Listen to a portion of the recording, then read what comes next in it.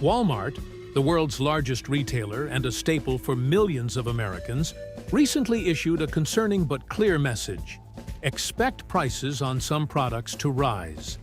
But the culprit behind these increases isn't consumer demand or logistical bottlenecks.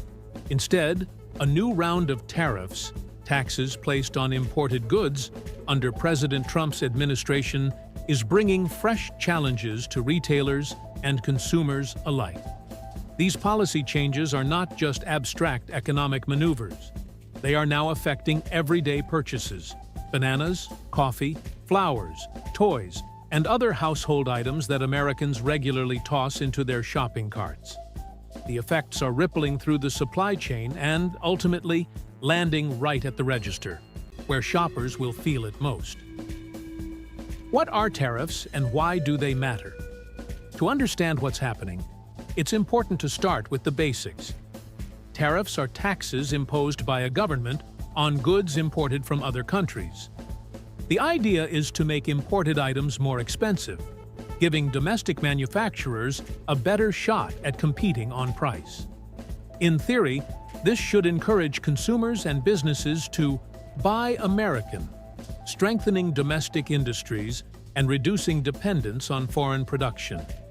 However, tariffs can also have significant downsides. Many U.S. companies, including large retailers like Walmart, depend on complex international supply chains. These supply chains often source raw materials, components, or finished goods from countries like China, Vietnam, Mexico, and Canada.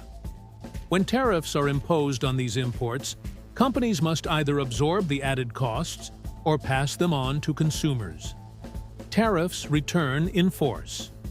Under Trump's second term, the Trump administration reintroduced a wave of tariffs earlier this year, reviving a trade strategy that defined much of Trump's first term. While similar measures were used between 2017 and 2021, this new round has come back with even more force.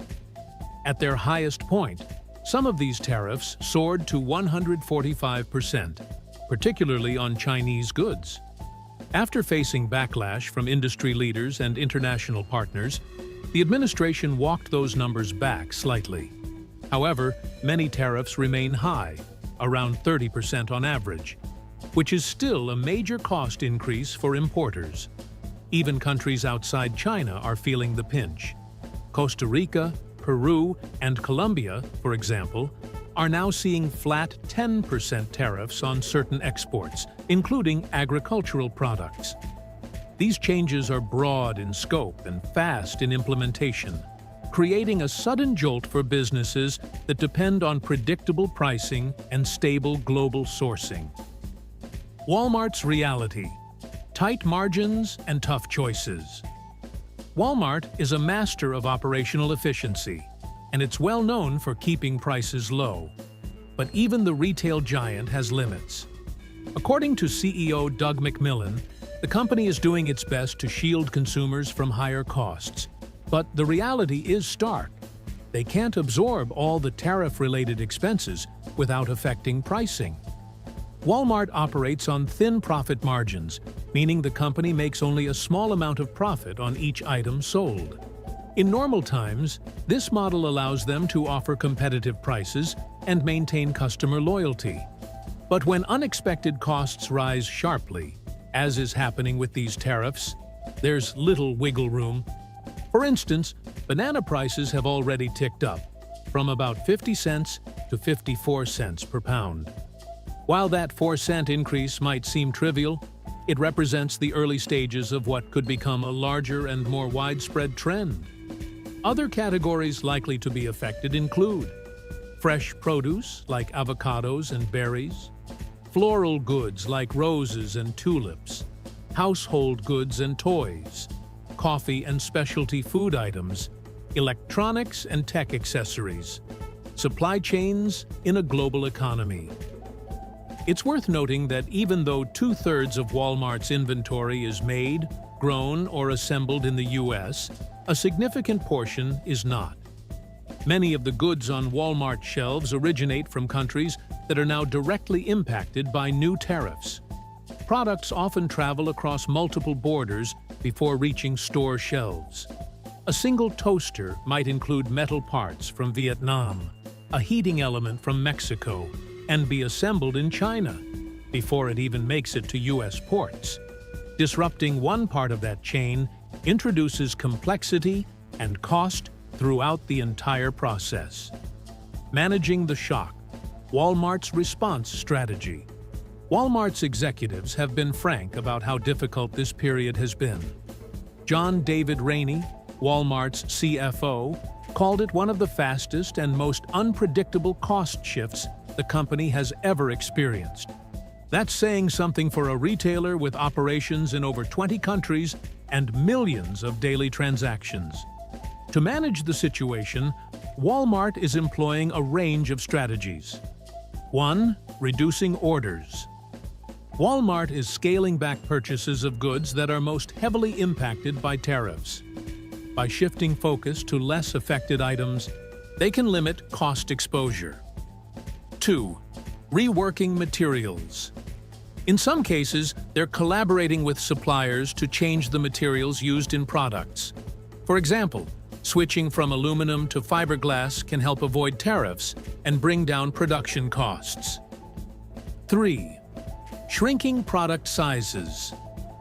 Walmart is quietly adjusting product sizing, a practice sometimes referred to as shrinkflation. The price tag stays the same, but the volume or weight of the item decreases. This helps maintain margins without shocking consumers with higher sticker prices.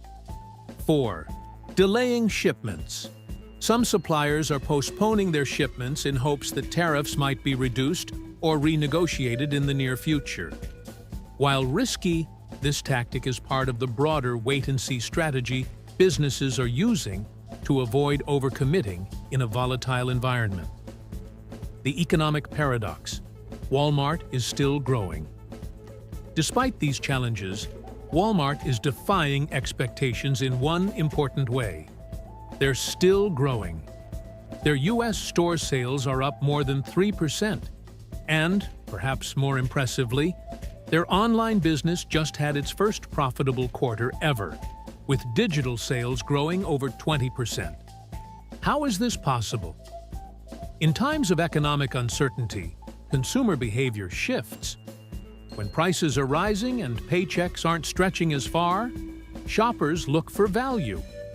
And that's exactly what Walmart offers. As middle-income and budget-conscious consumers feel pressure, they're more likely to switch from higher-end retailers to stores like Walmart, where prices are consistently lower across most categories. Corporate messaging. Walking a political tightrope.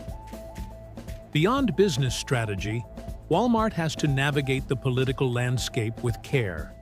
While they need to be open about the financial strain caused by tariffs, they also must tread lightly to avoid alienating the administration or appearing overtly critical. This tightrope walk isn't new. In previous years, Amazon faced criticism for proposing to label products affected by tariffs. The suggestion provoked a strong reaction from the Trump administration, with reports suggesting that Trump personally contacted Amazon CEO Jeff Bezos to express disapproval. Toy giant Mattel also learned this lesson the hard way. After publicly announcing plans to raise prices, the company was called out by the president, who floated a possible 100% tariff in retaliation. These public confrontations signal a warning to other companies. Criticize at your own risk. Walmart's response has been more measured. CEO Doug McMillon has publicly thanked the Trump administration for working on reducing some tariffs with China and emphasized hope for long-term trade solutions. This kind of language helps preserve relationships while subtly highlighting the strain being placed on businesses. What this means for shoppers. At the end of the day, you, the consumer, will likely feel the impact of these tariffs most directly. Even small price hikes, a few cents here, a dollar there, can add up quickly, especially for families, students, and people on fixed incomes. What you can do now. If you want to stay ahead of potential price increases, consider the following tips. Track your regular purchases. Watch prices on staples you buy weekly. A small increase today might signal more to come. Stock up when you can.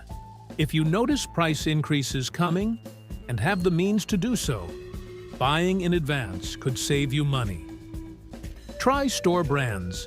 Often nearly identical in quality, store brands cost less and are less impacted by branding or international tariffs.